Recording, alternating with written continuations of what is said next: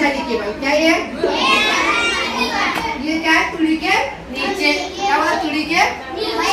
अब एक कान की लो, इसे बोलते हैं एक कान की लो। दूसरा कान में एक, यहाँ से लेकर यहाँ तक, यहाँ से लेकर यहाँ तक। क्या करना? पूरा ये नंबर 1 कहता है। नंबर 2 दोनों हाथ कोहनियों सभी धोना। यहाँ तक धोना। जैसे क्या बोलती बच्चों? बोलो कोहनी। क्या बोलती इसे? यहाँ तक कोहनी से भी देखिए यहाँ तक दोनों क्या करना? धोना। बोलो दोनों हाथ कोहनियों सभी धोना। नंबर 3 चौथाई सर का मसा करना।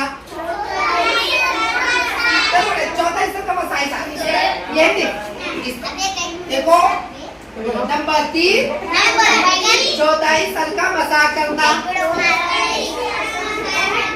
नंबर 4 दोनों पैर टखनों सभी धोना।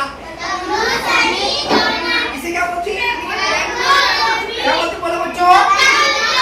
क्या सभी क्या है? इसके ऊपर थोड़ा सभी दोनों पैर टखनों सभी तक। ठीक है बेटो, इकट्ठे वजू के फराइज